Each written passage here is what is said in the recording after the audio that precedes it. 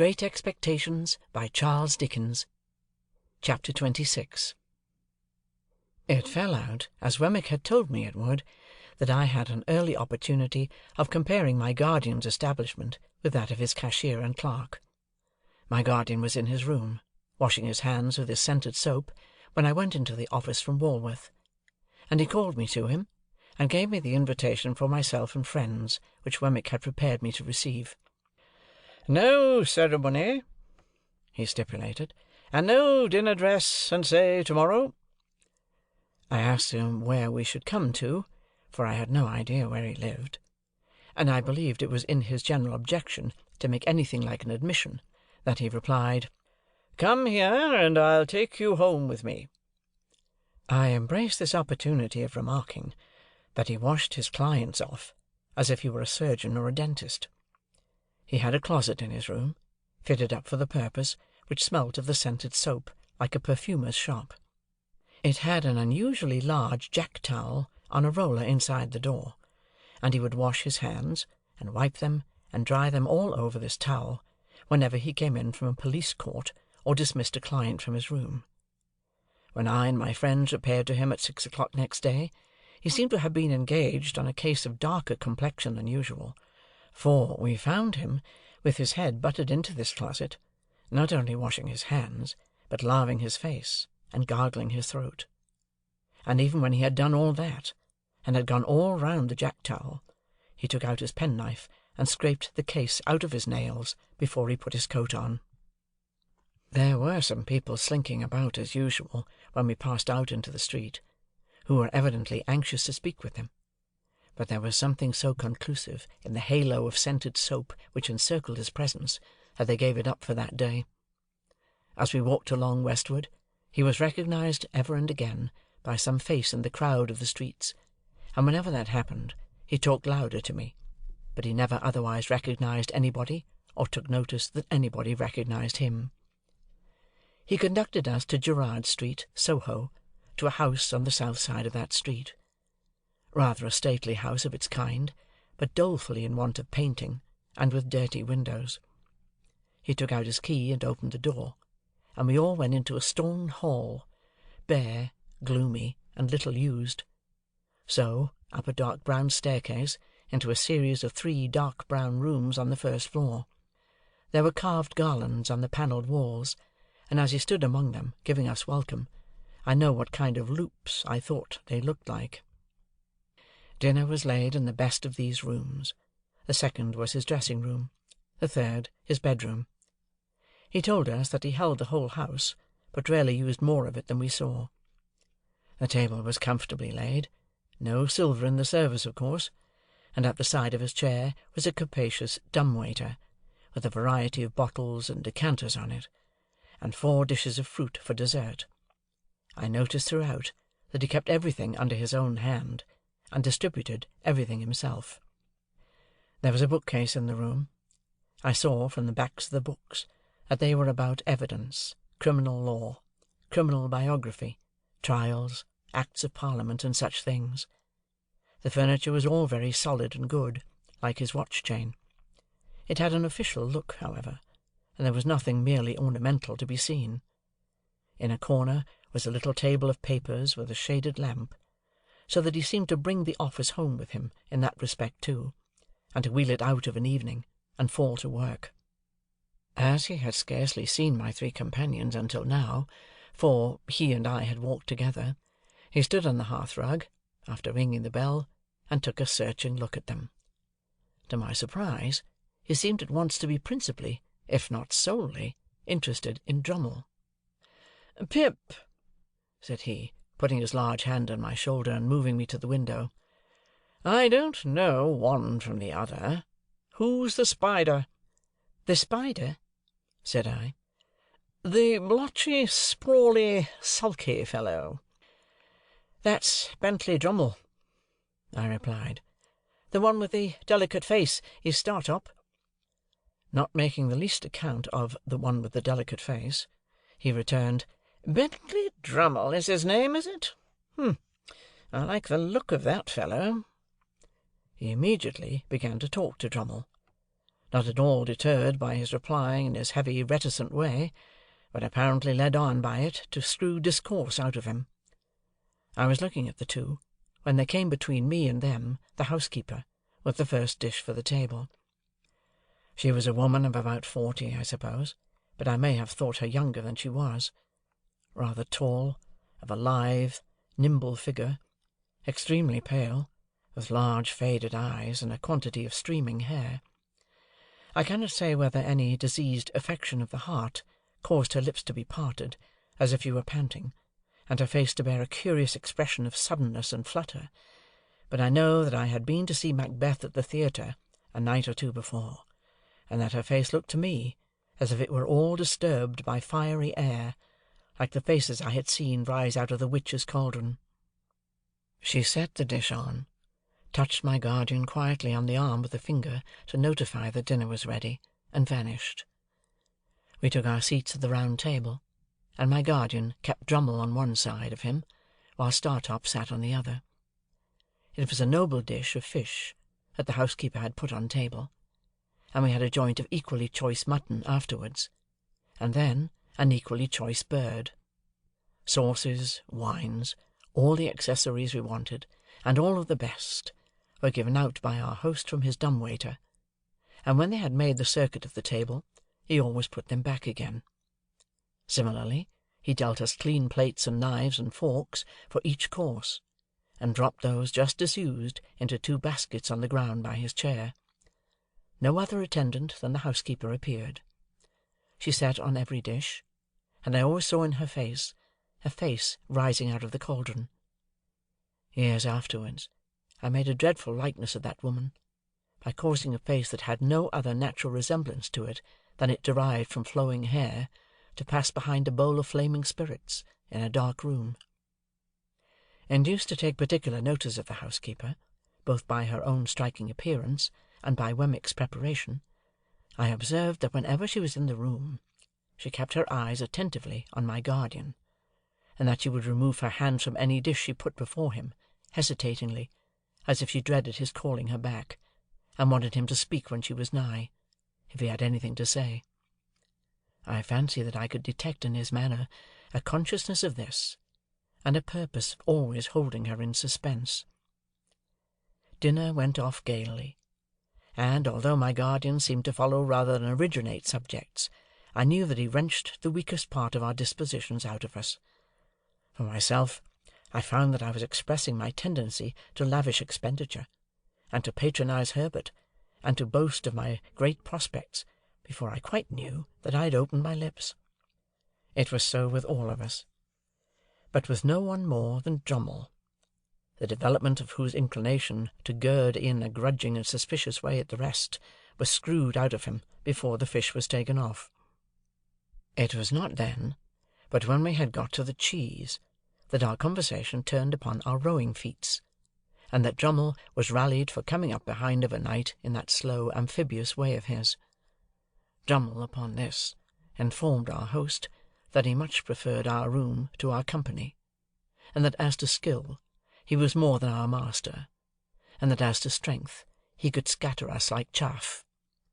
By some invisible agency, my guardian wound him up to a pitch little short of ferocity about this trifle, and he fell to bearing and spanning his arm to show how muscular it was, and we all fell to bearing and spanning our arms in a ridiculous manner. Now, the housekeeper was at that time clearing the table. My guardian, taking no heed of her, but with the side of his face turned from her, was leaning back in his chair, biting the side of his forefinger, and showing an interest in Drummle that to me was quite inexplicable. Suddenly, he clapped his large hand on the housekeeper's, like a trap, as she stretched it across the table. So suddenly and smartly did he do this, that we all stopped in our foolish contention. "If you talk of strength," said Mr. Jaggers, "I'll show you a wrist. Molly, let them see your wrist." Her entrapped hand was on the table, but she had already put her other hand behind her waist. "Master," she said in a low voice, with her eyes attentively and entreatingly fixed upon him, "don't." "I'll show you a wrist," repeated Mr. Jaggers, with an immovable determination to show it. "Molly, let them see your wrist." "Master," she again murmured, "please." "Molly," said Mr. Jaggers, not looking at her, but obstinately looking at the opposite side of the room, "let them see both your wrists. Show them. Come." He took his hand from hers, and turned that wrist up on the table. She brought her other hand from behind her, and held the two out, side by side. The last wrist was much disfigured, deeply scarred, and scarred across and across. When she held her hands out, she took her eyes from Mr. Jaggers, and turned them watchfully on every one of the rest of us in succession. "There's power here," said Mr. Jaggers, coolly tracing out the sinews with his forefinger. "Very few men have the power of wrist that this woman has. It's remarkable what mere force of grip there is in these hands. I have had occasion to notice many hands, but I never saw stronger in that respect, man's or woman's, than these." While he said these words, in a leisurely, critical style, she continued to look at every one of us in regular succession as we sat. The moment he ceased, she looked at him again. "That'll do, Molly," said Mr. Jaggers, giving her a slight nod. "You have been admired, and can go." She withdrew her hands, and went out of the room, and Mr. Jaggers, putting the decanters on from his dumb-waiter, filled his glass, and passed round the wine. "At 9:30, gentlemen," said he, "we must break up. Pray make the best use of your time. I am glad to see you all. Mr. Drummle, I drink to you." If his object in singling out Drummle were to bring him out still more, it perfectly succeeded. In a sulky triumph, Drummle showed his morose depreciation of the rest of us, in a more and more offensive degree, until he became downright intolerable. Through all his stages, Mr. Jaggers followed him with the same strange interest. He actually seemed to serve as a zest to Mr. Jaggers' wine. In our boyish want of discretion, I dare say we took too much to drink, and I know we talked too much. We became particularly hot upon some boorish sneer of Drummle's, to the effect that we were too free with our money. It led to my remarking, with more zeal than discretion, that it came with a bad grace from him, to whom Startup had lent money in my presence but a week or so before. "Well," retorted Drummle, "he'll be paid." "I don't mean to imply that he won't," said I, "but it might make you hold your tongue about us and our money, I should think." "You should think," retorted Drummle. "Oh, Lord!" "I dare say," I went on, meaning to be very severe, "that you wouldn't lend money to any of us if we wanted it." "You are right," said Drummle. "I wouldn't lend one of you a sixpence. I wouldn't lend anybody a sixpence. Rather mean to borrow under those circumstances, I should say." "You should say," repeated Drummle. "Oh, Lord!" This was so very aggravating, the more especially as I found myself making no way against his surly obtuseness, that I said, disregarding Herbert's efforts to check me, "Come, Mr. Drummle, since we are on the subject, I'll tell you what passed between Herbert here and me when you borrowed that money." "I don't want to know what passed between Herbert there and you," growled Drummle, and I think he added in a lower growl that we might both go to the devil and shake ourselves. "I'll tell you, however," said I, "whether you want to know or not. We said that as you put it in your pocket, very glad to get it, you seemed to be immensely amused at his being so weak as to lend it."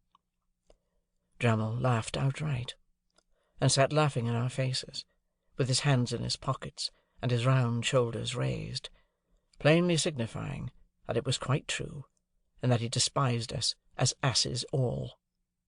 Hereupon, Startup took him in hand, though with a much better grace than I had shown, and exhorted him to be a little more agreeable.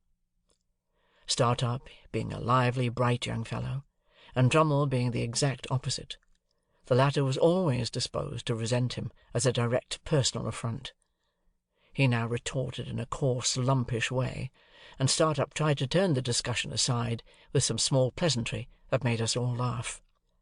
Resenting this little success more than anything, Drummle, without any threat or warning, pulled his hands out of his pockets, dropped his round shoulders, swore, took up a large glass, and would have flung it at his adversary's head, but for our entertainer's dexterously seizing it at the instant when it was raised for that purpose.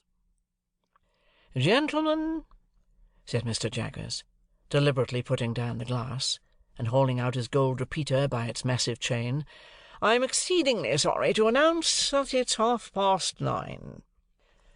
On this hint, we all rose to depart.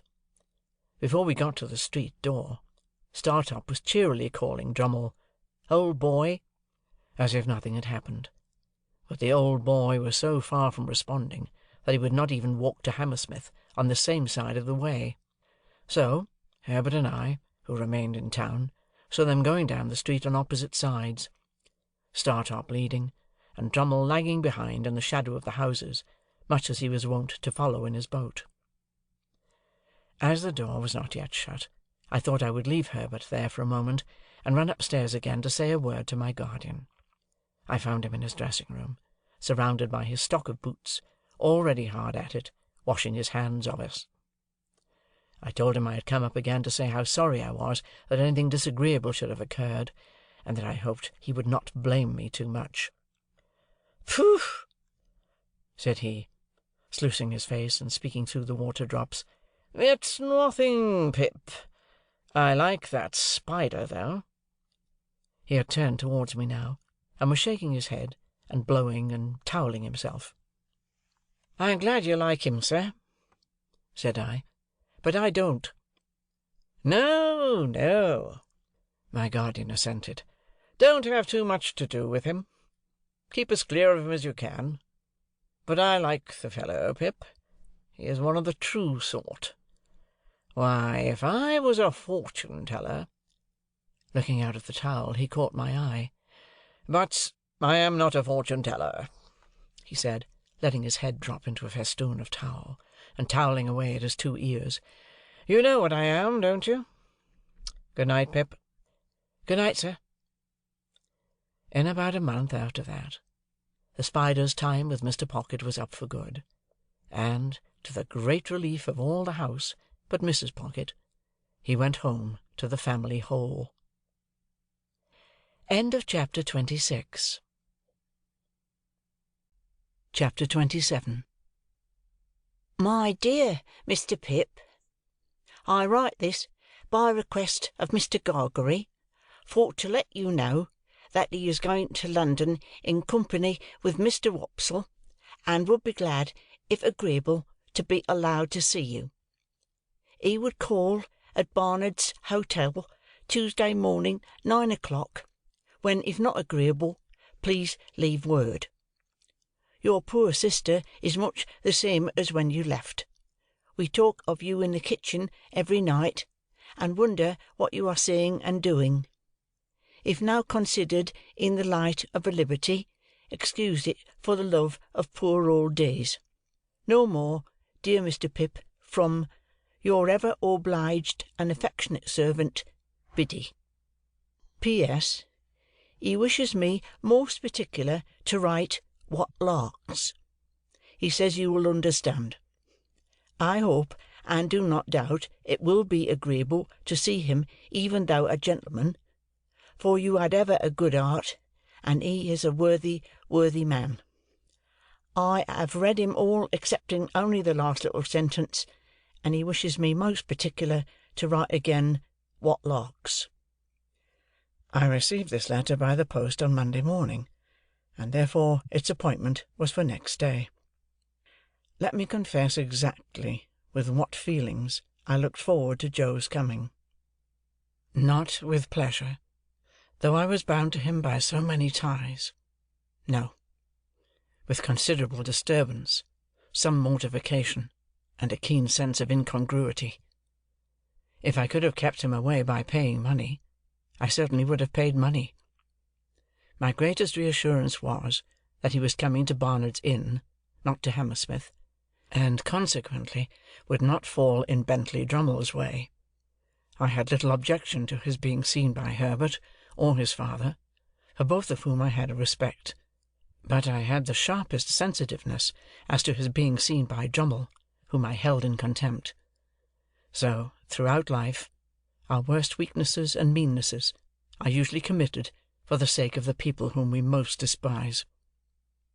I had begun to be always decorating the chambers in some quite unnecessary and inappropriate way or other, and very expensive those wrestles with Barnard proved to be. By this time the rooms were vastly different from what I had found them, and I enjoyed the honour of occupying a few prominent pages in the books of a neighbouring upholsterer. I had got on so fast of late, that I had even started a boy in boots, top boots, in bondage and slavery, to whom I might have been said to pass my days. For after I had made the monster, out of the refuse of my washerwoman's family, and had clothed him with a blue coat, canary waistcoat, white cravat, creamy breeches, and the boots already mentioned, I had to find him a little to do and a great deal to eat, and with both of those horrible requirements he haunted my existence.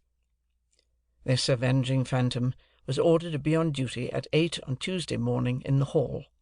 It was 2 feet square, as charged for 4-cloth, and Herbert suggested certain things for breakfast that he thought Joe would like. While I felt sincerely obliged to him for being so interested and considerate, I had an odd, half-provoked sense of suspicion upon me, that if Joe had been coming to see him, he wouldn't have been quite so brisk about it. However, I came into town on Monday night to be ready for Joe, and I got up early in the morning, and caused the sitting-room and breakfast-table to assume their most splendid appearance. Unfortunately, the morning was drizzly, and an angel could not have concealed the fact that Barnard was shedding sooty tears outside the window, like some weak giant of a sweep. As the time approached, I should have liked to run away, but the avenger, pursuant to orders, was in the hall, and presently I heard Joe on the staircase. I knew it was Joe, by his clumsy manner of coming upstairs, his state boots being always too big for him, and by the time it took him to read the names on the other floors in the course of his ascent. When at last he stopped outside our door, I could hear his finger tracing over the painted letters of my name, and I afterwards distinctly heard him breathing in at the keyhole. Finally, he gave a faint single rap, and Pepper, such was the compromising name of the avenging boy, announced, "Mr. Gargery." I thought he never would have done wiping his feet, and that I must have gone out to lift him off the mat, but at last he came in. "Joe! How are you, Joe?" "Pip! How air you, Pip?" With his good honest face all glowing and shining, and his hat put down on the floor between us, he caught both my hands and worked them straight up and down, as if I had been the last patented pump. "I am glad to see you, Joe. Give me your hat." But Joe, taking it up carefully with both hands, like a bird's nest with eggs in it, wouldn't hear of parting with that piece of property, and persisted in standing talking over it in a most uncomfortable way. "Which you have that growed," said Joe, "and that swelled, and that gentlefolked." Joe considered a little before he discovered this word. "As to be sure, you are a honour to your king and country." "And you, Joe, look wonderfully well." "Thank God," said Joe, "I'm equable to most. And your sister, she's no worse than she were.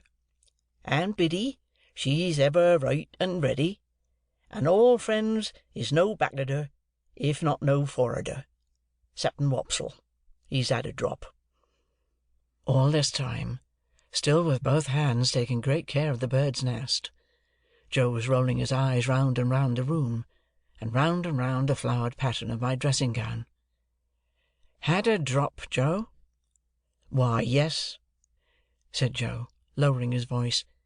"He's left the church, and went into the play-acting, which the play-acting have likewise brought him to London along with me.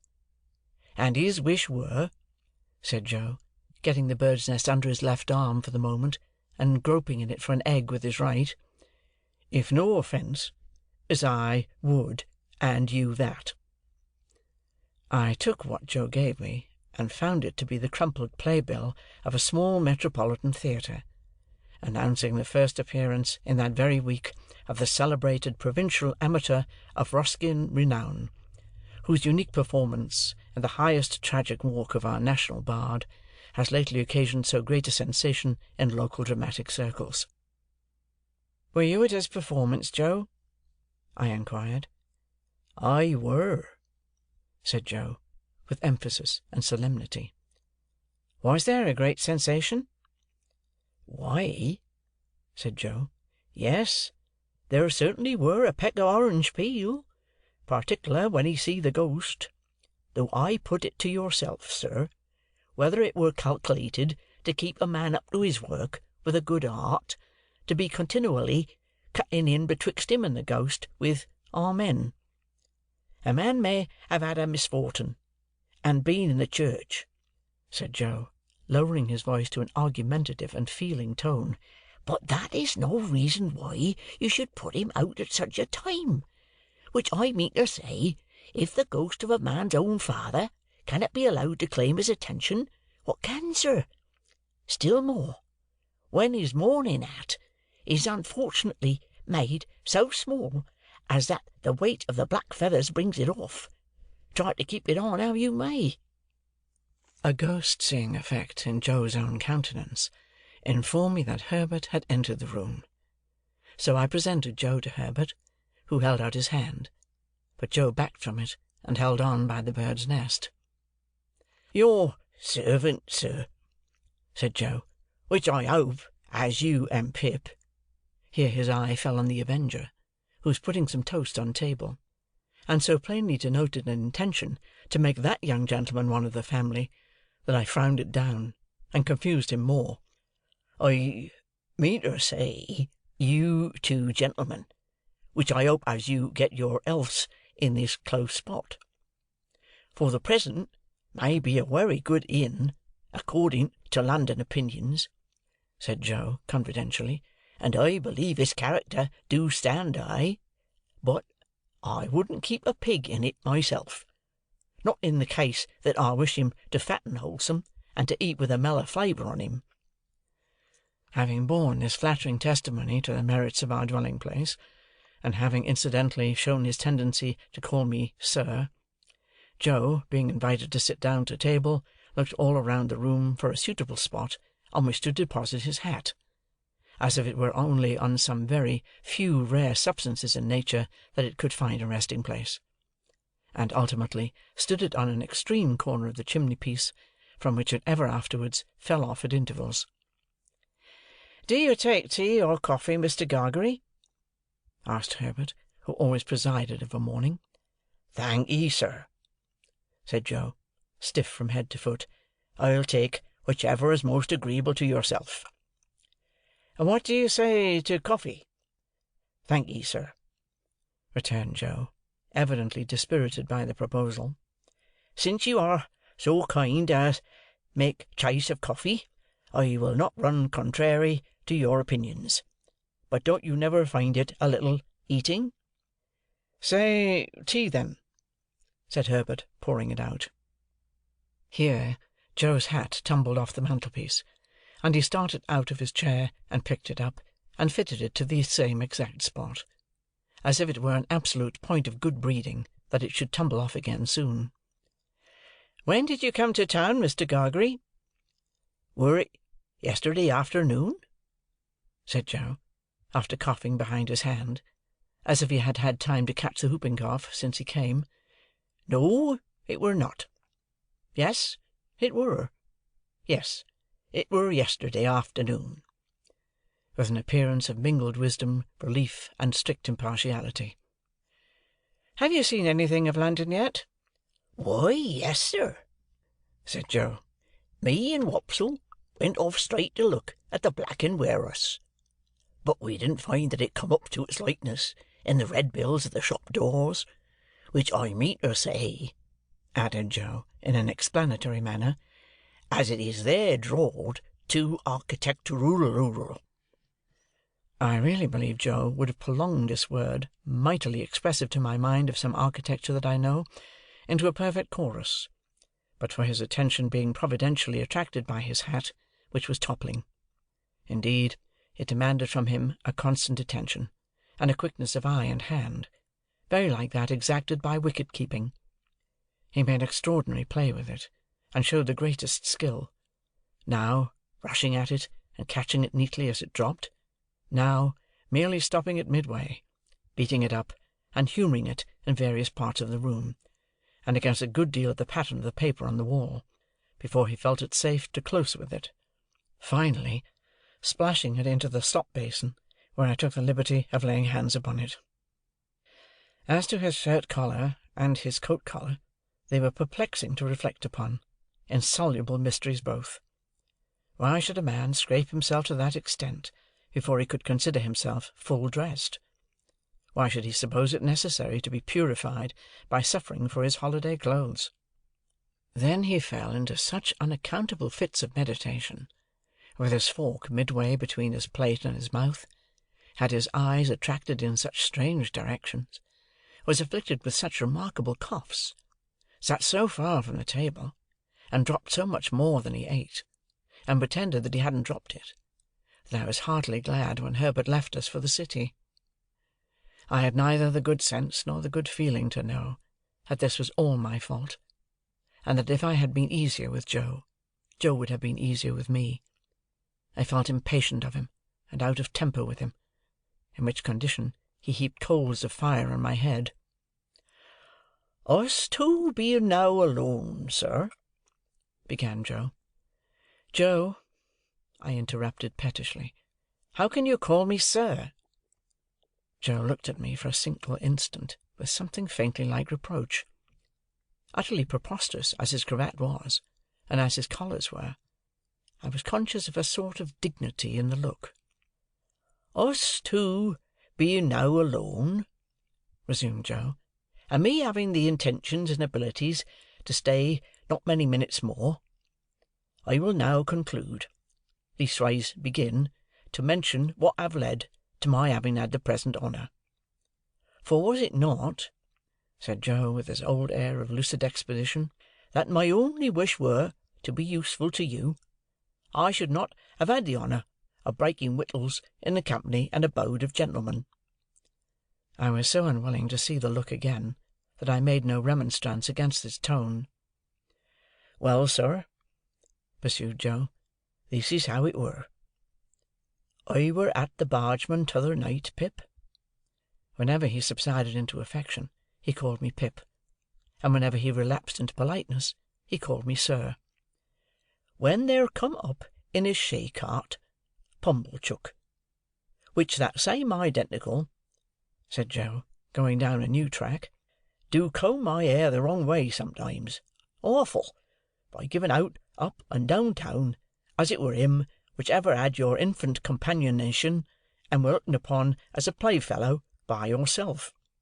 "Nonsense! It was you, Joe." "Which I fully believe it were, Pip," said Joe, slightly tossing his head, "though it signify little now, sir. Well, Pip, this same identical, which his manners is given to blusterous, come to me at the Bargeman, what a pipe and a pint of beer do give refreshment to the working man, sir, and do not over-stimulate. And his word were, 'Joseph, Miss Havisham, she wished to speak to you.'" "Miss Havisham, Joe?" "She wish," were Pumblechook's word, "to speak to you." Joe sat and rolled his eyes at the ceiling. "Yes, Joe. Go on, please." "Next day, sir," said Joe, looking at me as if I were a long way off, "having cleaned myself, I go and I see Miss A." "Miss A, Joe? Miss Havisham?" "Which I say, sir." replied Joe, with an air of legal formality, as if he were making his will. "Miss A., or otherwise Havisham, her expression air then as following: Mr. Gargery, you air in correspondence with Mr. Pip? Having had a letter from you, I were able to say, I am. When I married your sister, sir, I said, I will, and when I answered your friend Pip, I said, I am.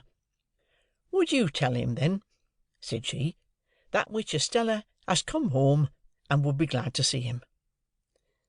I felt my face fire up as I looked at Joe. I hope one remote cause of its firing may have been my consciousness that if I had known his errand, I should have given him more encouragement.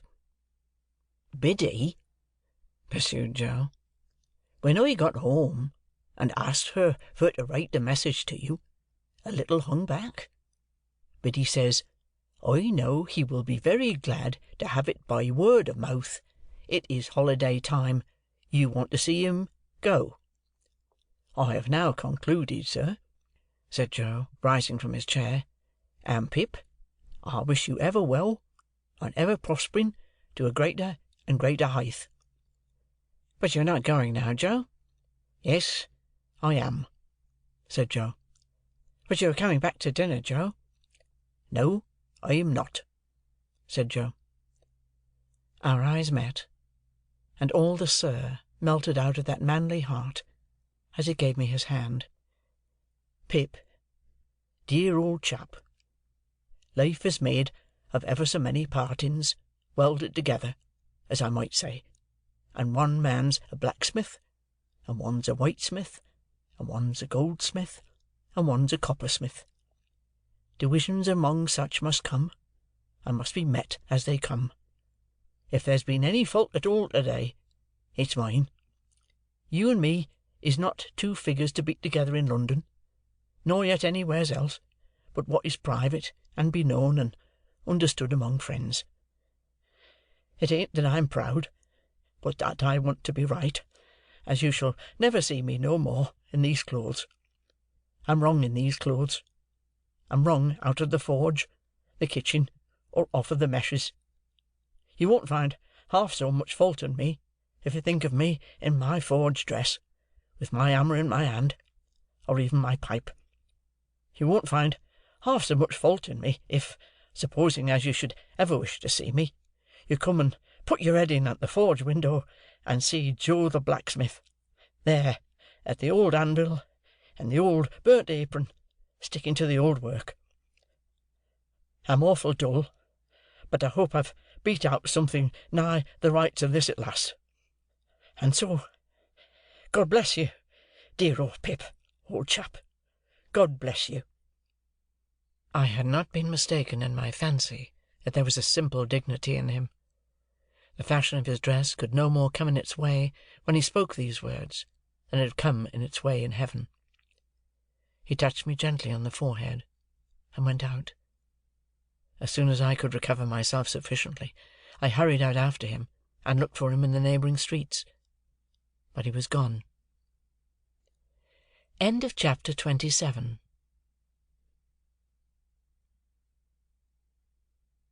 Chapter 28. It was clear that I must repair to our town next day, and in the first flow of my repentance, it was equally clear that I must stay at Joe's. But when I had secured my box-place by tomorrow's coach, and had been down to Mr. Pocket's and back, I was not by any means convinced on the last point, and began to invent reasons, and make excuses for putting up at the Blue Boar. I should be an inconvenience at Joe's. I was not expected, and my bed would not be ready. I should be too far from Miss Havisham's, and she was exacting and mightn't like it. All other swindlers upon earth are nothing to the self-swindlers, and with such pretences did I cheat myself.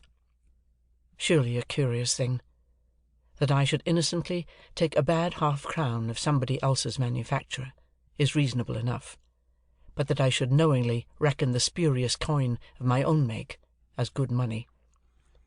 An obliging stranger, under pretence of compactly folding up my bank-notes for security's sake, abstracts the notes, and gives me nutshells. But what is his sleight of hand to mine, when I fold up my own nutshells and pass them on myself as notes? Having settled that I must go to the Blue Boar, my mind was much disturbed by indecision whether or not to take the Avenger. It was tempting to think of that expensive mercenary publicly airing his boots in the archway of the Blue Boar's posting-yard. It was almost solemn to imagine him casually produced in the tailor's shop, and confounding the disrespectful senses of Trabb's boy.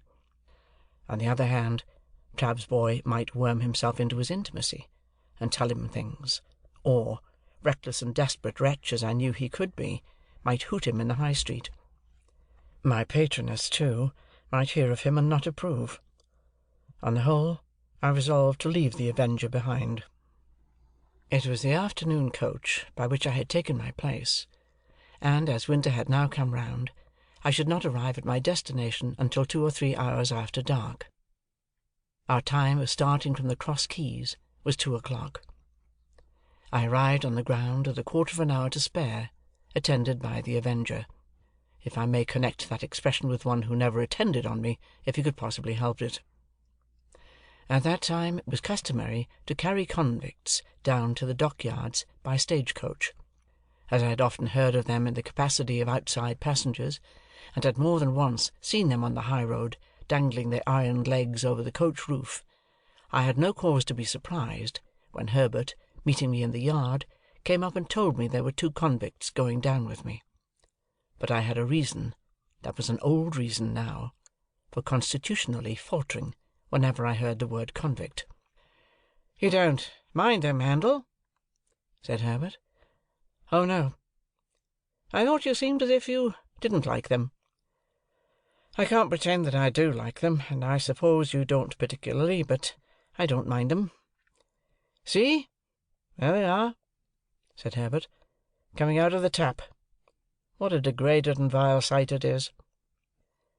They had been treating their guard, I suppose, for they had a jailer with them, and all 3 came out wiping their mouths on their hands.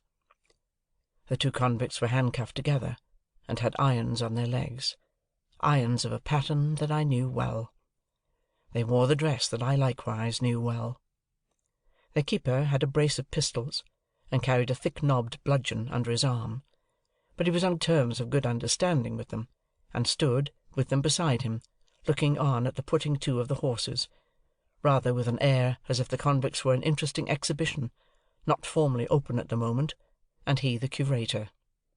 One was a taller and stouter man than the other, and appeared, as a matter of course, according to the mysterious ways of the world, both convict and free, to have had allotted to him the smaller suit of clothes.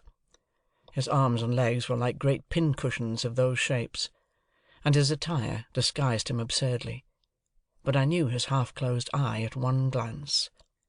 There stood the man whom I had seen on the settle at the Three Jolly Bargemen on a Saturday night, and who had brought me down with his invisible gun. It was easy to make sure that as yet he knew me no more than if he had never seen me in his life. He looked across at me, and his eye appraised my watch-chain, and then he incidentally spat and said something to the other convict, and they laughed, and slew themselves round with the clink of their coupling manacle, and looked at something else. The great numbers on their backs, as if they were street doors, their coarse, mangy, ungainly outer surface, as if they were lower animals, their iron legs apologetically garlanded with pocket-handkerchiefs, and the way in which all present looked at them, and kept from them, made them, as Herbert had said, a most disagreeable and degraded spectacle. But this was not the worst of it. It came out that the whole of the back of the coach had been taken by a family removing from London, and that there were no places for the 2 prisoners but on the seat in front behind the coachman. Hereupon a choleric gentleman, who had taken the 4th place on that seat, flew into a most violent passion, and said it was a breach of contract to mix him up with such villainous company, and that it was poisonous and pernicious and infamous and shameful, and I don't know what else.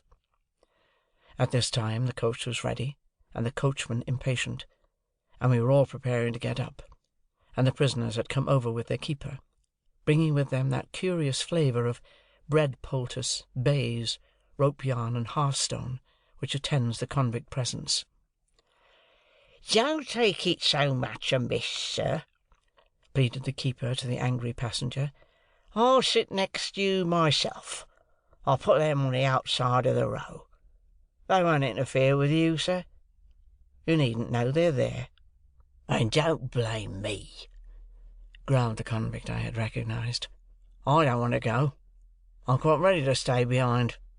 As far as I'm concerned, anyone's welcome to my place." "All mine," said the other gruffly. "I wouldn't have incommoded none of you if I'd had my way." Then they both laughed, and began cracking nuts, and spitting the shells about, as I really think I should have liked to do myself, if I had been in their place, and so despised. At length it was voted that there was no help for the angry gentleman, and that he must either go in his chance company, or remain behind. So he got in his place, still making complaints, and the keeper got into the place next him, and the convicts hauled themselves up as well as they could, and the convict I had recognised sat behind me, with his breath on the hair of my head. "Good-bye, Handel," Herbert called out as we started. I thought what a blessed fortune it was that he had found another name for me other than Pip. It is impossible to express with what acuteness I felt the convict's breathing, not only on the back of my head, but all along my spine. The sensation was like being touched in the marrow with some pungent and searching acid. It set my very teeth on edge. He seemed to have more breathing business to do than another man, and to make more noise in doing it, and I was conscious of growing high-shouldered on one side in my shrinking endeavours to fend him off. The weather was miserably raw, and the two cursed the cold. It made us all lethargic before we had gone far, and when we had left the half-way house behind, we habitually dozed and shivered and were silent. I dozed off myself, in considering the question whether I ought to restore a couple of pounds sterling to this creature before losing sight of him, and how it could best be done. In the act of dipping forward, as if I were going to bathe among the horses, I woke in a fright, and took the question up again. But I must have lost it longer than I had thought, since, although I could recognise nothing in the darkness and the fitful lights and shadows of our lamps, I traced marsh country in the cold damp wind that blew at us. Cowering forward for warmth, and to make me a screen against the wind, the convicts were closer to me than before. The very first words I heard them interchange, as I became conscious, were the words of my own thought. 2 £1 notes. How did he get 'em? Said the convict I had never seen. How should I know? Returned the other. He had 'em stowed away somehows. Given by friends, I expect. I wish, said the other, with a bitter curse upon the cold, that I had 'em here. 2 £1 notes, or friends? 2 £1 notes. I'd sell all the friends I ever had for one, and think it a blessed good bargain. Well, so he says. So he says, resumed the convict I had recognised. It was all said and done in half a minute, behind a pile of timber in the dockyard. You're a-going to be discharged? Yes, I was. Would I find out that boy had fed him and kept his secret, and give him them 2 £1 notes? Yes, I would. And I did. More fool you, growled the other. I'd have spent them on a man in victuals and drink. He must have been a green one. Mean to say he knowed nothing of you? Not a ha'porth. Different gangs and different ships. He was tried again for prison breaking, and got made a lifer. And what was that? Honour? The only time you worked out in this part of the country? The only time. What might have been your opinion of the place? A most beastly place. Mudbank, mist, swamp, and work, swamp, mist, and mudbank. They both execrated the place in very strong language, and gradually growled themselves out, and had nothing left to say. After overhearing this dialogue, I should assuredly have got down and been left in the solitude and darkness of the highway, but for feeling certain that the man had no suspicion of my identity. Indeed, I was not only so changed in the course of nature, but so differently dressed, and so differently circumstanced, that it was not at all likely he could have known me without accidental help. Still, the coincidence of our being together on the coach was sufficiently strange to fill me with the dread that some other coincidence might at any moment connect me, in his hearing, with my name. For this reason, I resolved to alight as soon as we touched the town, and put myself out of his hearing. This device I executed successfully. My little portmanteau was in the boot under my feet. I had but to turn a hinge to get it out. I threw it down before me, got down after it, and was left at the first lamp on the first stones of the town pavement. As to the convicts, they went their way with the coach, and I knew at what point they would be spirited off to the river. In my fancy, I saw the boat, with its convict crew waiting for them at the slime-washed stairs. Again heard the gruff, "Give way, you!" like an order to dogs. Again saw the wicked Noah's Ark, lying out on the black water. I could not have said what I was afraid of, for my fear was altogether undefined and vague, but there was great fear upon me. As I walked on to the hotel, I felt that dread, much exceeding the mere apprehension of a painful or disagreeable recognition, made me tremble. I am confident that it took no distinctness of shape, and that it was the revival for a few minutes of the terror of childhood. The coffee-room at the Blue Boar was empty, and I had not only ordered my dinner there, but had sat down to it before the waiter knew me. As soon as he had apologized for the remissness of his memory, he asked me if he should send boots for Mr. Pumblechook. "No," said I, "certainly not." The waiter, it was he who had brought up the great remonstrance from the commercials on the day when I was bound, appeared surprised, and took the earliest opportunity of putting a dirty old copy of a local newspaper so directly in my way that I took it up and read this paragraph. Our readers will learn, not altogether without interest, in reference to the recent romantic rise in fortune of a young artificer in iron of this neighbourhood. What a theme, by the way, for the magic pen of our as yet not universally acknowledged townsman, Tooby, the poet of our columns. That the youth's earliest patron, companion, and friend was a highly respected individual, not entirely unconnected with the corn and seed trade, and whose eminently convenient and commodious business premises are situate within 100 miles of the High Street. It is not wholly irrespective of our personal feelings that we record him as the mentor of our young Telemachus, for it is good to know that our town produced the founder of the latter's fortunes. Does the thought-contracted brow of the local sage, or the lustrous eye of the local beauty, inquire whose fortunes? We believe that Quintin Matsis was the blacksmith of Antwerp. Verb. Sap. I entertain a conviction, based upon large experience, that if in the days of my prosperity I had gone to the North Pole, I should have met somebody there, wandering Eskimo or civilized man, who would have told me that Pumblechook was my earliest patron, and the founder of my fortunes. End of chapter 28.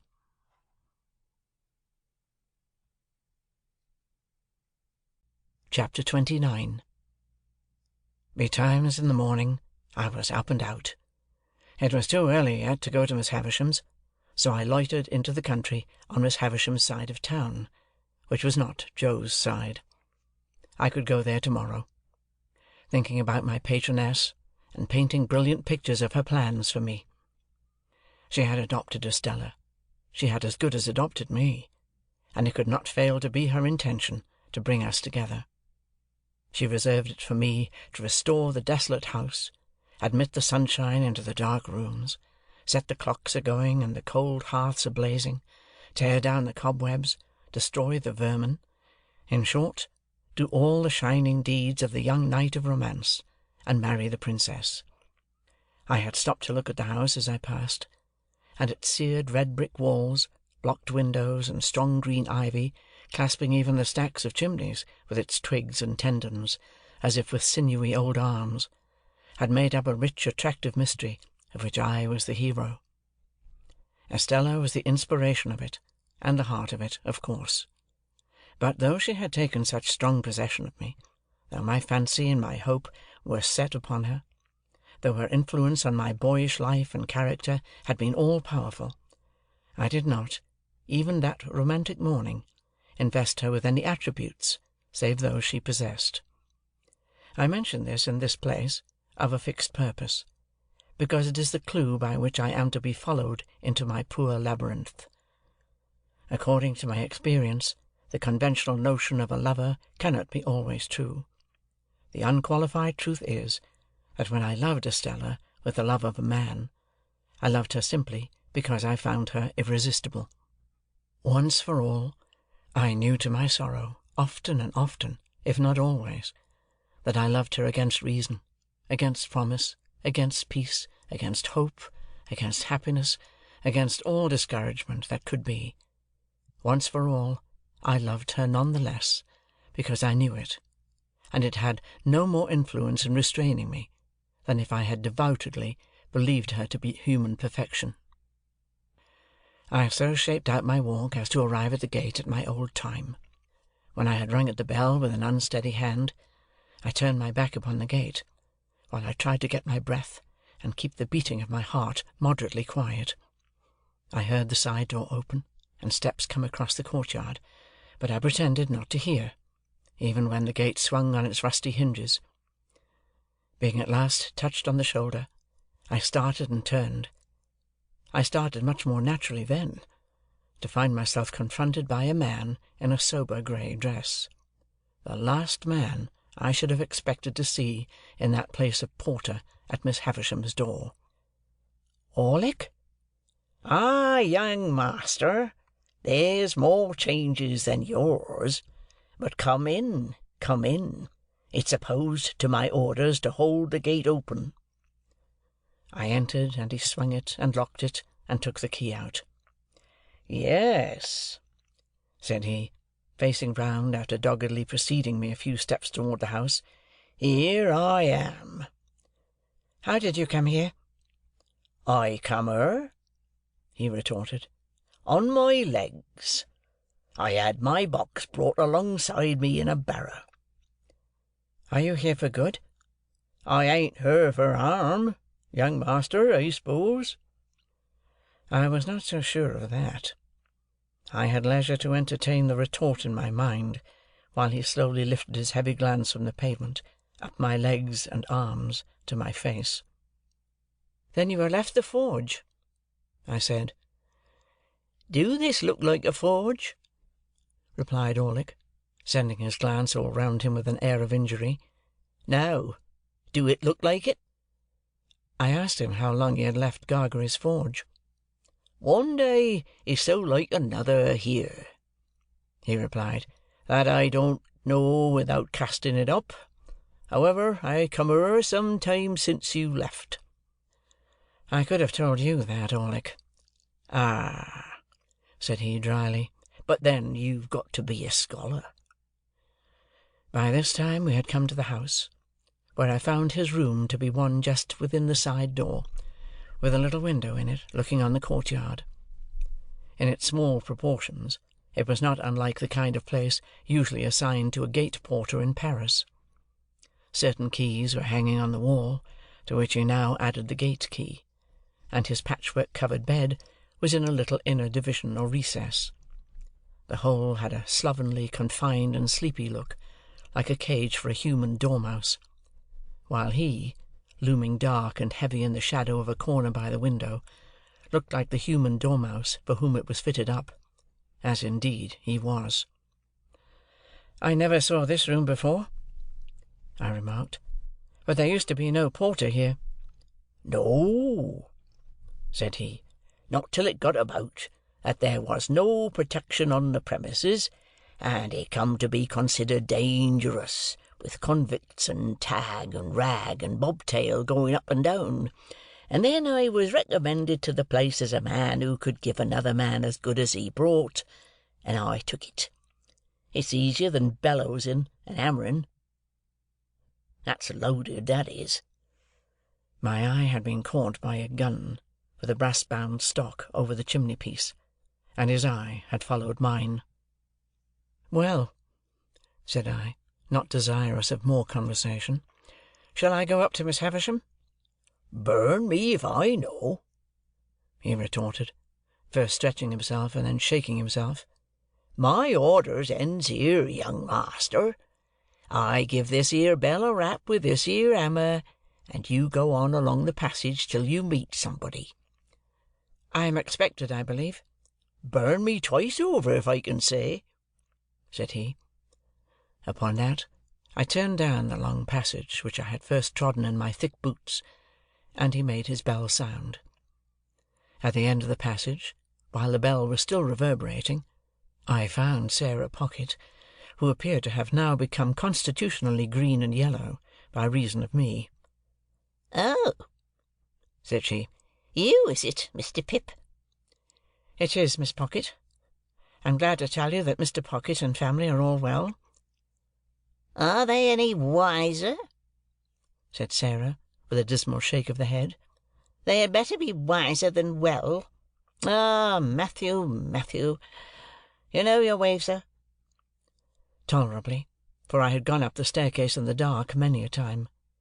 I ascended it now, in lighter boots than of yore, and tapped in my old way at the door of Miss Havisham's room.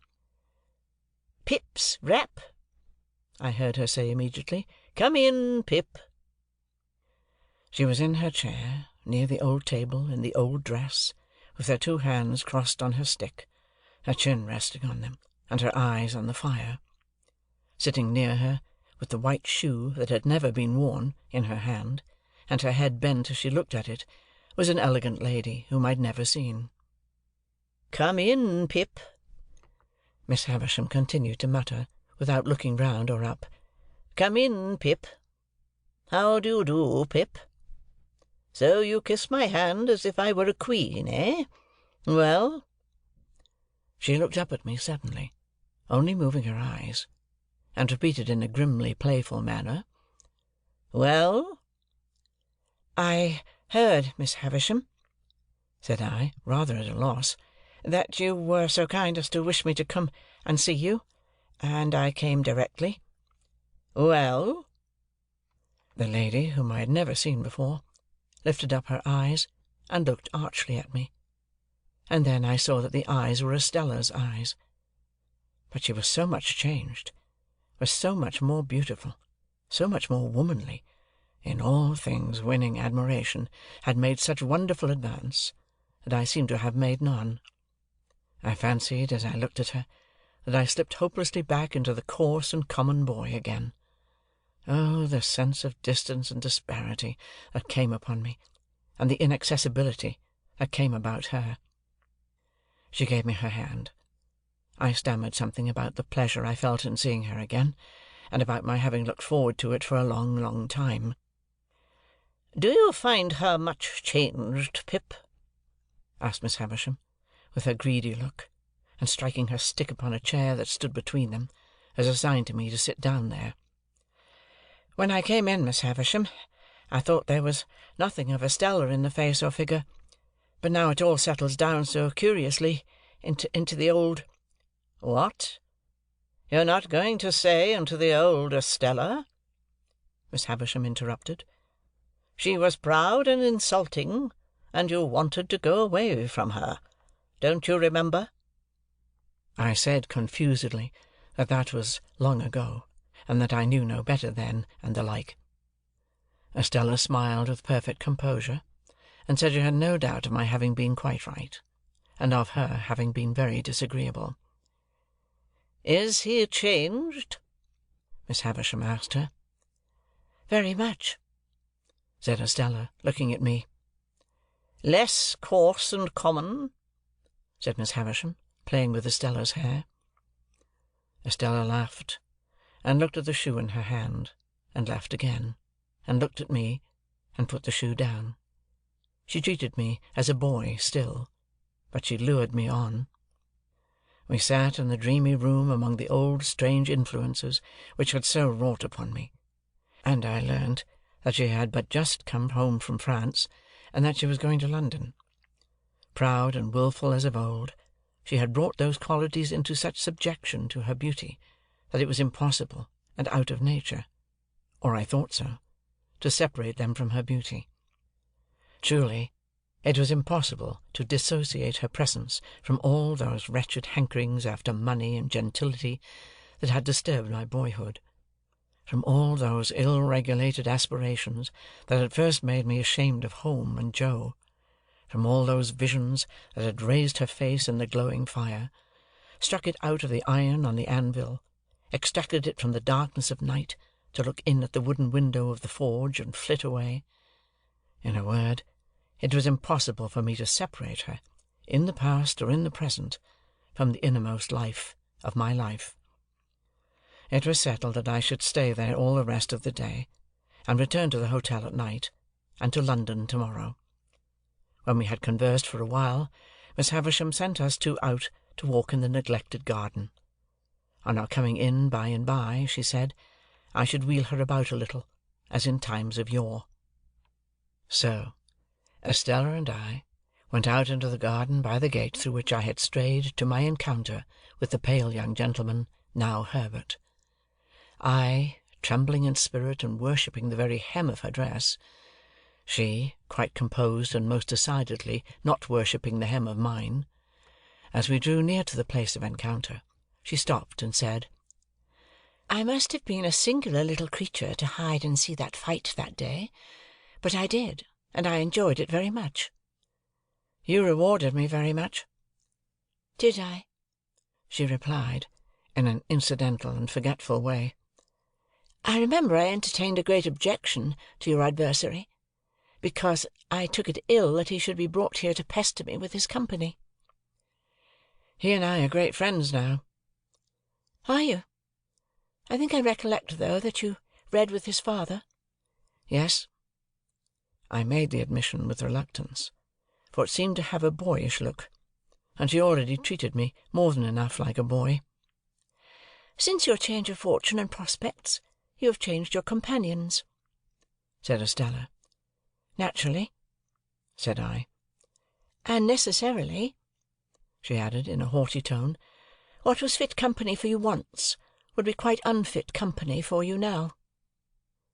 In my conscience, I doubt very much whether I had any lingering intention left of going to see Joe, but if I had, this observation put it to flight. "You had no idea of your impending good fortune in those times?" said Estella, with a slight wave of her hand, signifying in the fighting times. "Not the least." The air of completeness and superiority with which she walked at my side, and the air of youthfulness and submission with which I walked at hers, made a contrast that I strongly felt. It would have rankled in me more than it did, if I had not regarded myself as eliciting it by being so set apart from her, and assigned to her.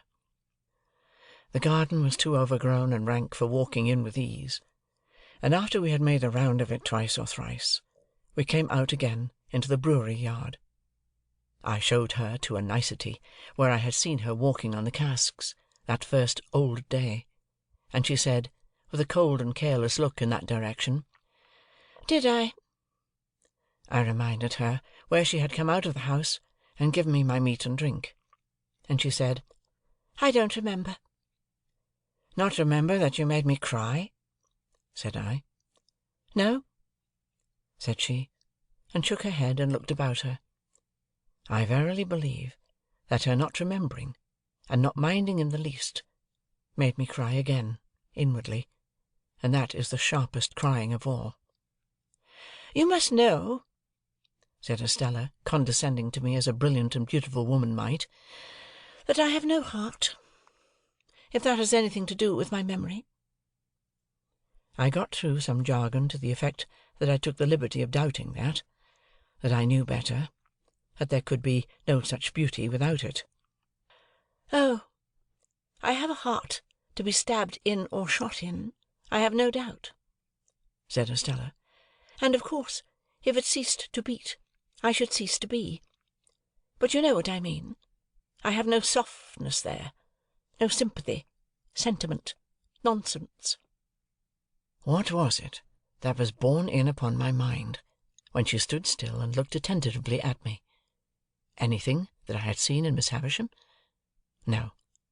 In some of her looks and gestures there was that tinge of resemblance to Miss Havisham, which may often be noticed to have been acquired by children, from grown persons with whom they have been much associated and secluded, and which, when childhood is past, will produce a remarkable occasional likeness of expression between faces that are otherwise quite different.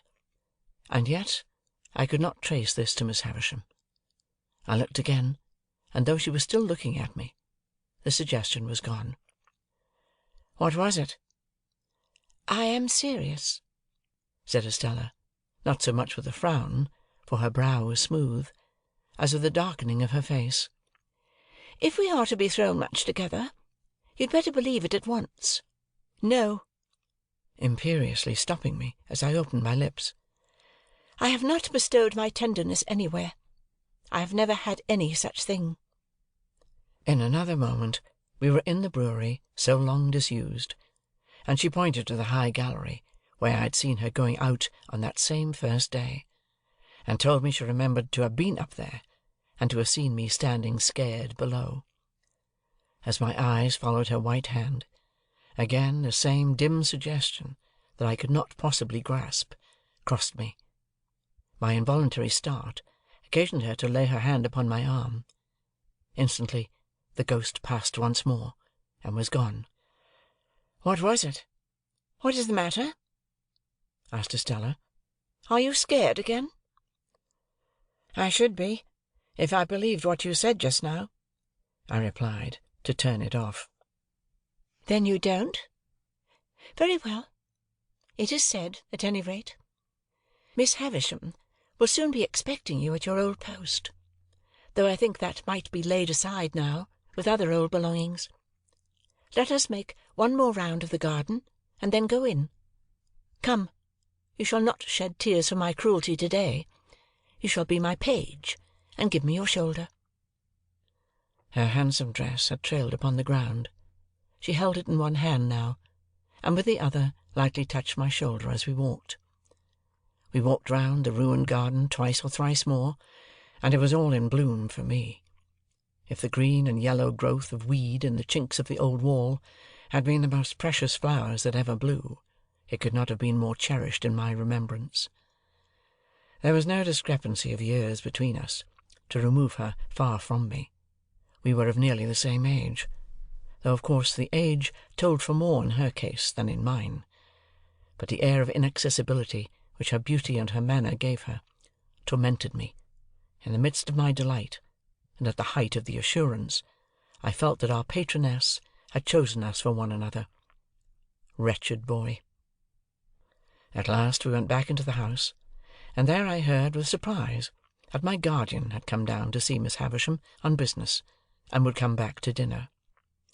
The old wintry branches of chandeliers in the room where the mouldering table was spread had been lighted while we were out, and Miss Havisham was in her chair, and waiting for me. It was like pushing the chair itself back into the past, when we began the old slow circuit round about the ashes of the bridal feast. But, in the funereal room, with that figure of the grave fallen back in the chair, fixing its eyes upon her, Estella looked more bright and beautiful than before, and I was under stronger enchantment. The time so melted away that our early dinner hour drew close at hand, and Estella left us to prepare herself.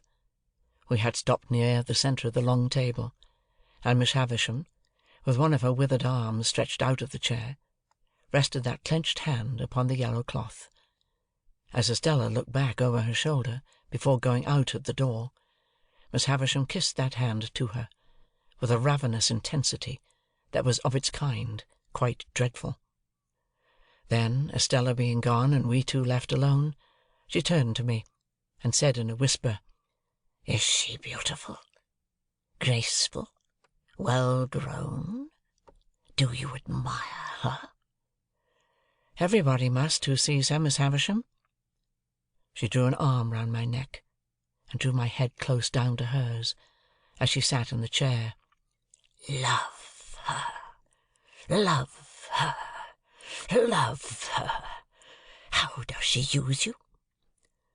Before I could answer, if I could have answered so difficult a question at all, she repeated, "Love her, love her, love her. If she favours you, love her. If she wounds you, love her. If she tears your heart to pieces, and as it gets older and stronger, it will tear deeper, love her, love her, love her." Never had I seen such passionate eagerness as was joined to her utterance of these words. I could feel the muscles of the thin arm round my neck swell with the vehemence that possessed her. "Hear me, Pip. I adopted her to be loved. I bred her and educated her to be loved. I developed her into what she is, that she might be loved. Love her." She said the word often enough, and there could be no doubt that she meant to say it. But if the often repeated word had been hate instead of love, despair, revenge, dire death, it could not have sounded from her lips more like a curse. "I'll tell you this," said she, in the same hurried, passionate whisper. "What real love is. It is blind devotion, unquestioning self-humiliation, utter submission, trust and belief against yourself and against the whole world, giving up your whole heart and soul to the smiter, as I did." When she came to that, and to a wild cry that followed that, I caught her round the waist. For she rose up in the chair, in her shroud of a dress, and struck at the air as if she would as soon have struck herself against the wall, and fallen dead. All this passed in a few seconds. As I drew her down into her chair, I was conscious of a scent that I knew, and turning, saw my guardian in the room. He always carried, I have not yet mentioned it, I think, a pocket-handkerchief of rich silk and of imposing proportions, which was of great value to him in his profession. I have seen him so terrify a client or a witness by ceremoniously unfolding this pocket-handkerchief, as if he were immediately going to blow his nose, and then pausing, as if he knew he should not have time to do it before such client or witness committed himself, that the self-committal has followed directly, quite as a matter of course. When I saw him in the room, he had this expressive pocket-handkerchief in both hands, and was looking at us. On meeting my eye, he said plainly, by a momentary and silent pause in that attitude, "Indeed? Singular," and then put the handkerchief to its right use, with wonderful effect. Miss Havisham had seen him as soon as I, and was, like everybody else, afraid of him. She made a strong attempt to compose herself, and stammered that he was as punctual as ever. "As punctual as ever," he repeated, coming up to us. "How do you do, Pip? Shall I give you a ride, Miss Havisham? Once round? And so you are here, Pip." I told him when I had arrived, and how Miss Havisham had wished me to come and see Estella. To which he replied, "Ah, very fine young lady." Then he pushed Miss Havisham in her chair before him with one of his large hands, and put the other in his trousers pocket, as if the pocket were full of secrets. "Well, Pip, how often have you seen Miss Estella before?" said he, when he came to a stop. "How often?" "Ah, how many times? 10,000 times?" "Oh, certainly not so many." "Twice?" "Jaggers," interposed Miss Havisham, much to my relief, "leave my Pip alone, and go with him to your dinner." He complied, and we groped our way down the dark stairs together. While we were still on our way to those detached apartments across the paved yard at the back, he asked me how often I had seen Miss Havisham eat and drink, offering me a breadth of choice as usual, between 100 times and once. I considered, and said, "Never." "And never will, Pip," he retorted with a frowning smile. "She has never allowed herself to be seen doing either, since she lived this present life of hers. She wanders about in the night, and then lays hands on such food as she takes." "Pray, sir," said I, "may I ask you a question?"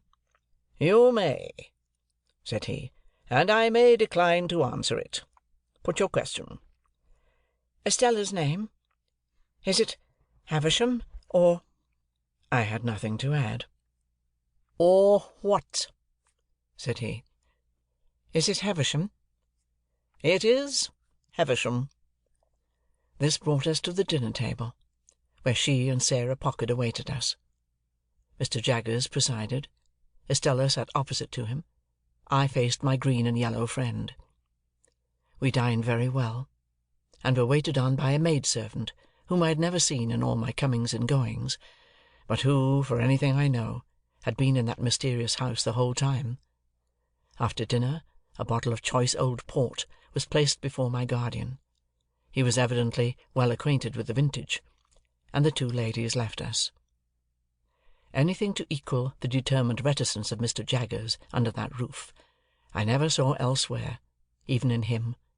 He kept his very looks to himself, and scarcely directed his eyes to Estella's face once during dinner. When she spoke to him, he listened, and in due course answered, but never looked at her, that I could see.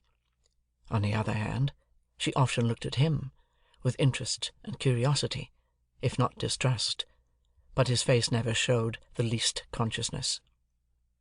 Throughout dinner, he took a dry delight in making Sarah Pocket greener and yellower, by often referring in conversation with me to my expectations. But here again he showed no consciousness, and even made it appear that he extorted, and even did extort, though I don't know how, those references out of my innocent self. And when he and I were left alone together, he sat with an air upon him of general lying by, in consequence of information he possessed, that really was too much for me. He cross-examined his very wine, when he had nothing else in hand. He held it between himself and the candle, tasted the port, rolled it in his mouth, swallowed it, looked at his glass again, smelt the port, tried it, drank it, filled again, and cross-examined the glass again, until I was as nervous as if I had known the wine to be telling him something to my disadvantage. 3 or 4 times I feebly thought I would start conversation, but whenever he saw me going to ask him anything, he looked at me with his glass in his hand, and rolling his wine about in his mouth, as if requesting me to take notice that it was of no use, for he couldn't answer. I think Miss Pocket was conscious that the sight of me involved her in the danger of being goaded to madness, and perhaps tearing off her cap, which was a very hideous one, in the nature of a muslin mop, and strewing the ground with her hair, which assuredly had never grown on her head. She did not appear when we afterwards went up to Miss Havisham's room, and we 4 played at whist. In the interval, Miss Havisham, in a fantastic way, had put some of the most beautiful jewels from her dressing-table into Estella's hair, and about her bosom and arms, and I saw even my guardian look at her from under his thick eyebrows, and raise them a little, when her loveliness was before him, with those rich flushes of glitter and colour in it. Of the manner and extent to which he took our trumps into custody, and came out with mean little cards at the ends of hands, before which the glory of our kings and queens was utterly abased, I say nothing, nor of the feeling that I had respecting his looking upon us personally in the light of 3 very obvious and poor riddles that he had found out long ago. What I suffered from was the incompatibility between his cold presence and my feelings towards Estella. It was not that I knew I could never bear to speak to him about her, that I knew I could never bear to hear him creak his boots at her, that I knew I could never bear to see him wash his hands of her. It was that my admiration should be within a foot or 2 of him. It was that my feelings should be in the same place with him. That was the agonizing circumstance. We played until 9 o'clock, and then it was arranged that when Estella came to London, I should be forewarned of her coming, and should meet her at the coach, and then I took leave of her, and touched her, and left her. My guardian lay in the boar in the next room to mine. Far into the night, Miss Havisham's words, "Love her, love her, love her," sounded in my ears. I adapted them for my own repetition, and said to my pillow, "I love her, I love her, I love her," hundreds of times. Then a burst of gratitude came upon me, that she should be destined for me, once the blacksmith's boy. Then, I thought if she were, as I feared, by no means rapturously grateful for that destiny yet, when would she begin to be interested in me? When should I awaken the heart within her, that was mute and sleeping now? Ah me! I thought those were high and great emotions, but I never thought there was anything low and small in my keeping away from Joe, because I knew she would be contemptuous of him. It was but a day gone, and Joe had brought the tears into my eyes. They had soon dried. God forgive me, soon dried. End of chapter 29.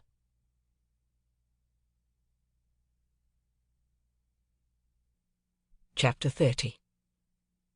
After well considering the matter, while I was dressing at the Blue Boar in the morning, I resolved to tell my guardian that I doubted Orlick's being the right sort of man to fill a post of trust at Miss Havisham's. "Why, of course he is not the right sort of man, Pip," said my guardian, comfortably satisfied beforehand on the general head, "because the man who fills the post of trust never is the right sort of man." It seemed quite to put him into spirits to find that this particular post was not exceptionally held by the right sort of man, and he listened in a satisfied manner while I told him what knowledge I had of Orlick. "Very good, Pip," he observed, when I had concluded. "I'll go round presently, and pay our friend off." Rather alarmed by this summary action, I was for a little delay, and even hinted that our friend himself might be difficult to deal with. "Oh, no, he won't," said my guardian, making his pocket-handkerchief point, with perfect confidence. "I should like to see him argue the question with me." As we were going back to London together by the midday coach, and as I breakfasted under such terrors of Pumblechook that I could scarcely hold my cup, this gave me an opportunity of saying that I wanted a walk, and that I would go on along the London road, while Mr. Jaggers was occupied, if he would let the coachman know that I would get into my place when overtaken. I was thus enabled to fly from the Blue Boar immediately after breakfast, by then making a loop of about a couple of miles into the open country at the back of Pumblechook's premises. I got round into the High Street again, a little beyond that pitfall, and felt myself in comparative security.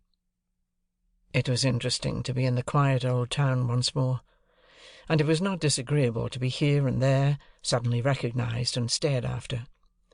One or two of the tradespeople even darted out of their shops, and went a little way down the street before me, that they might turn, as if they had forgotten something, and pass me face to face, on which occasions I don't know whether they or I made the worst pretence, they of not doing it, or I of not seeing it.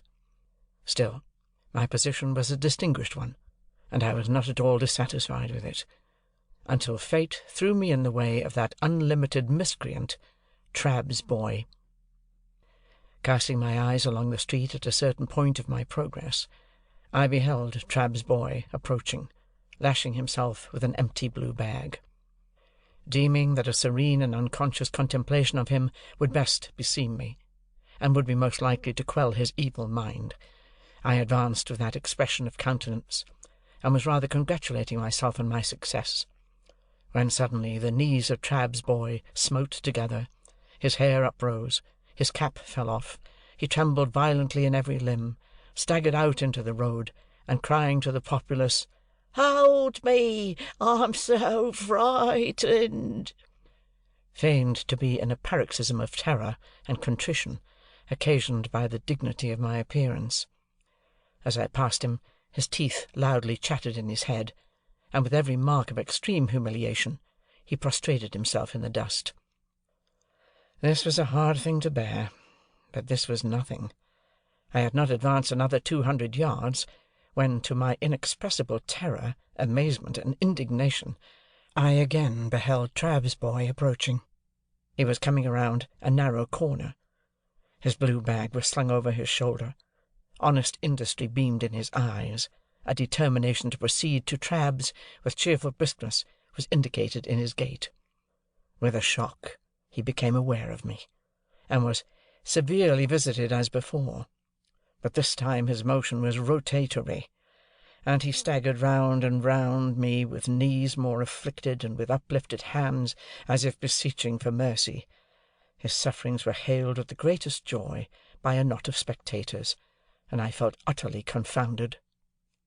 I had not got as much further down the street as the post-office, when I again beheld Trabb's boy shooting round by a back way.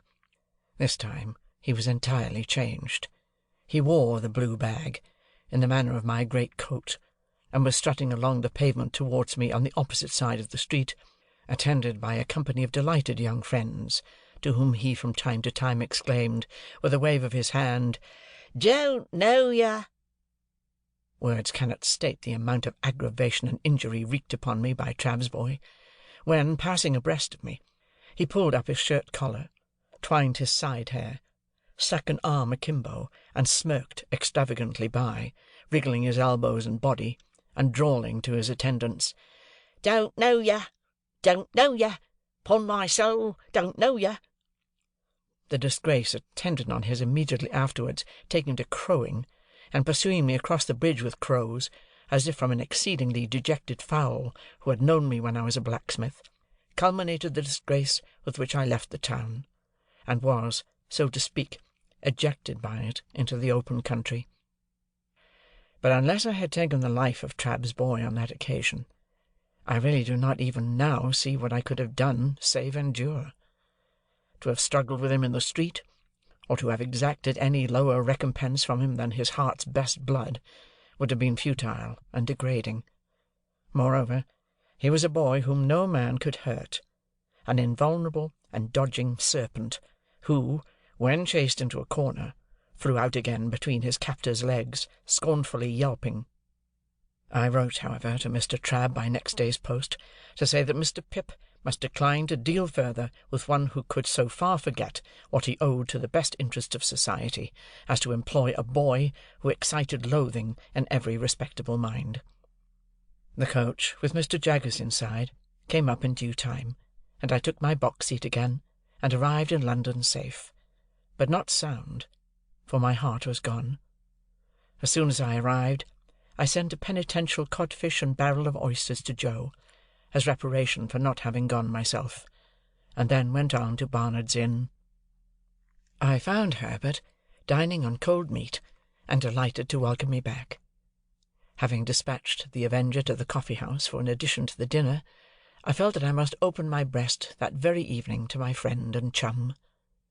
As confidence was out of the question with the Avenger in the hall, which could merely be regarded in the light of an antechamber to the keyhole, I sent him to the play. A better proof of the severity of my bondage to that taskmaster could scarcely be afforded, than the degrading shifts to which I was constantly driven to find him employment.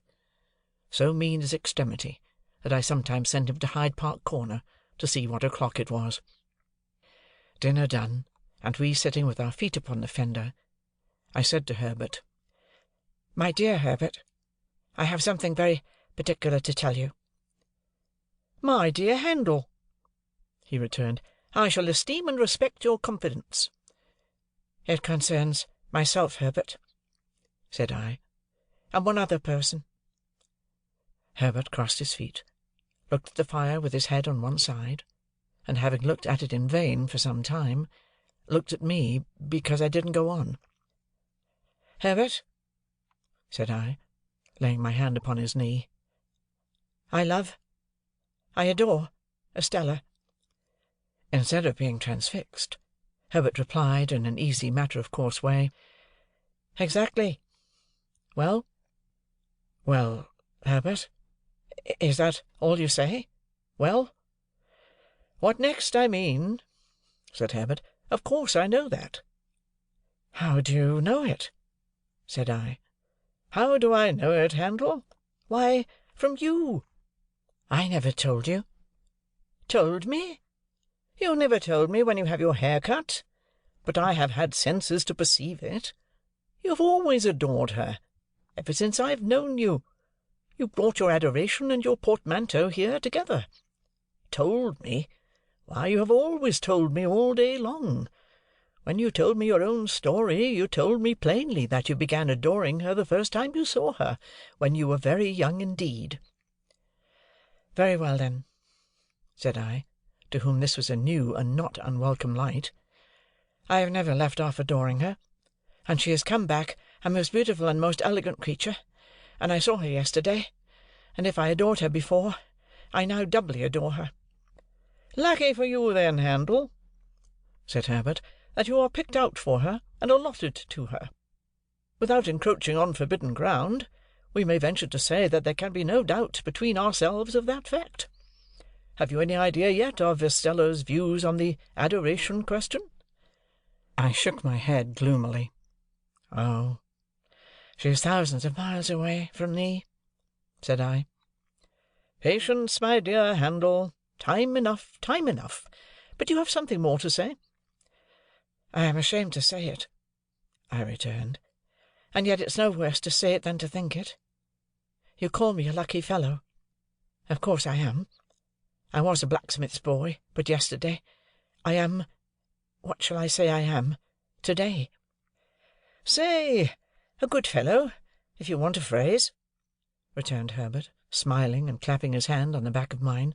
"A good fellow, with impetuosity and hesitation, boldness and diffidence, action and dreaming, curiously mixed in him." I stopped for a moment, to consider whether there really was this mixture in my character. On the whole, I by no means recognized the analysis, but thought it not worth disputing.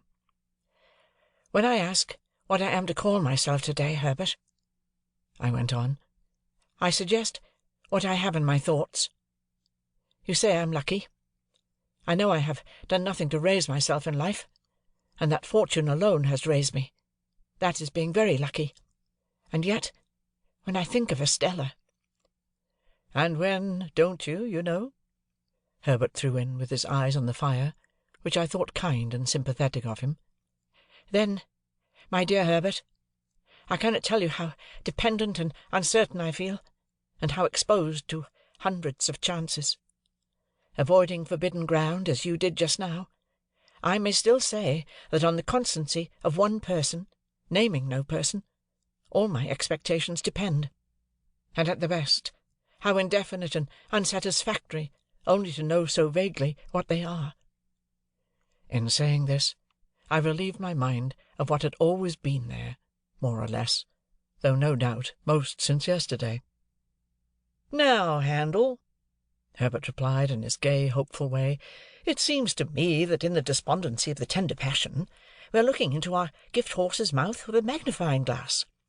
Likewise, it seems to me that, concentrating our attention on the examination, we altogether overlook one of the best points of the animal.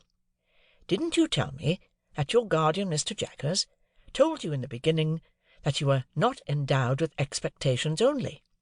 And even if he had not told you so, though that is a very large if, I grant, could you believe that of all men in London, Mr. Jaggers is the man to hold his present relations towards you, unless he were sure of his ground?" I said I could not deny that this was a strong point. I said it, people often do so in such cases, like a rather reluctant concession to truth and justice, as if I wanted to deny it. "I should think it was a strong point," said Herbert, "and I should think you would be puzzled to imagine a stronger. As to the rest, you must bide your guardian's time, and he must bide his client's time.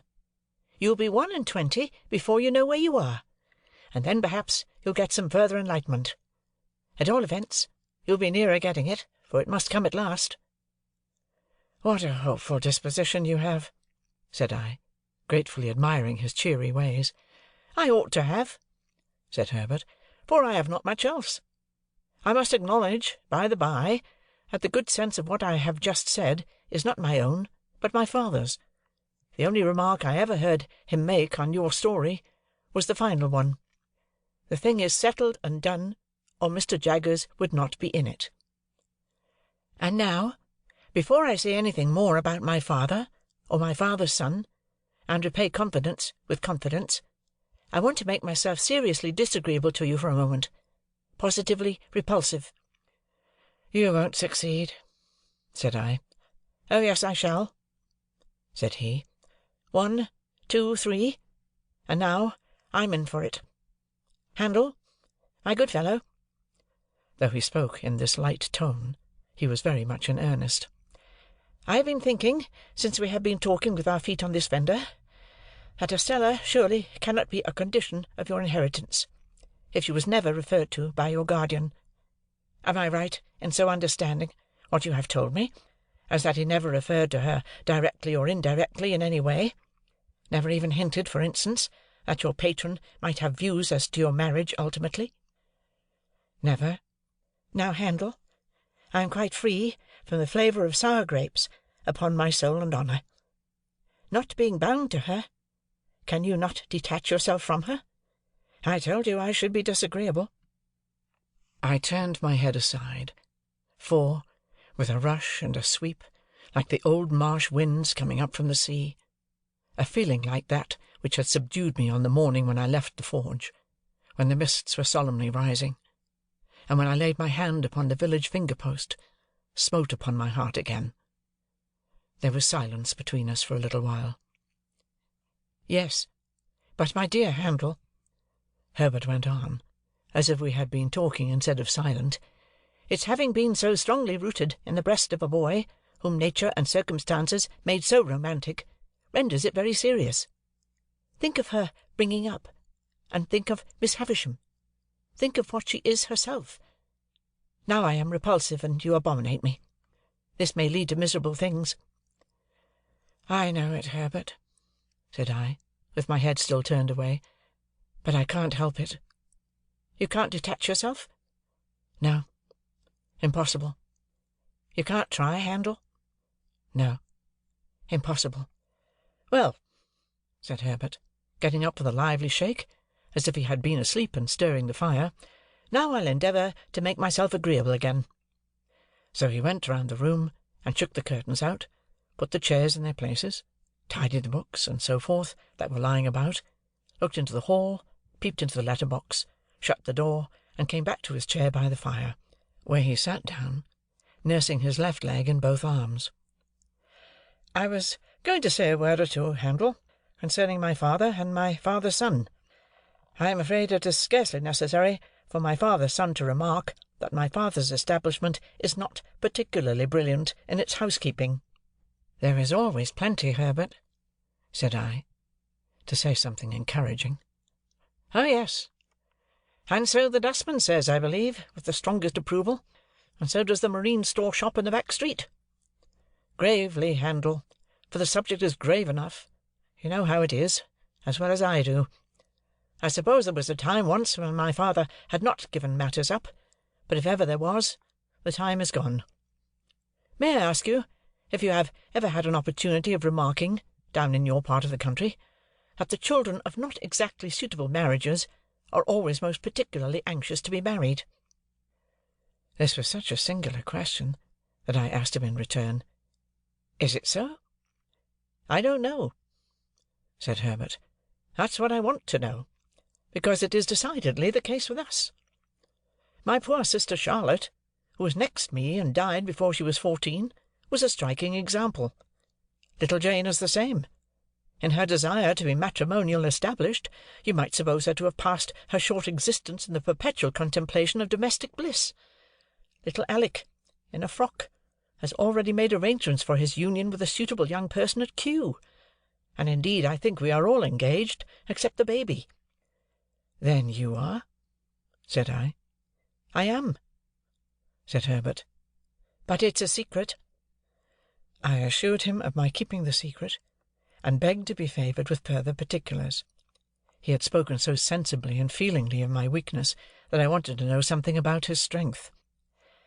"May I ask the name?" I said. "Name of Clara," said Herbert. Live in London? Yes. Perhaps I ought to mention," said Herbert, who had become curiously crestfallen and meek since we entered on the interesting theme, "that she is rather below my mother's nonsensical family notions. Her father had to do with the victualling of passenger ships. I think he was a species of purser." "What is he now?" said I. "He's an invalid now," replied Herbert. "Living on the first floor," said Herbert, which was not at all what I meant, for I had intended my question to apply to his means. "I have never seen him, for he has always kept his room overhead since I have known Clara, but I have heard him constantly. He makes tremendous rows, roars, and pegs at the floor with some frightful instrument." In looking at me, and then laughing heartily, Herbert for the time recovered his usual lively manner. "Don't you expect to see him?" said I. "Oh, yes, I constantly expect to see him," returned Herbert, "because I never hear him without expecting him to come tumbling through the ceiling. But I don't know how long the rafters may hold." When he had once more laughed heartily, he became meek again, and told me that the moment he began to realize capital, it was his intention to marry this young lady. He added, as a self-evident proposition, engendering low spirits, "But you can't marry, you know, while you're looking about you." As we contemplated the fire, and as I thought what a difficult vision to realize this same capital sometimes was, I put my hands in my pockets.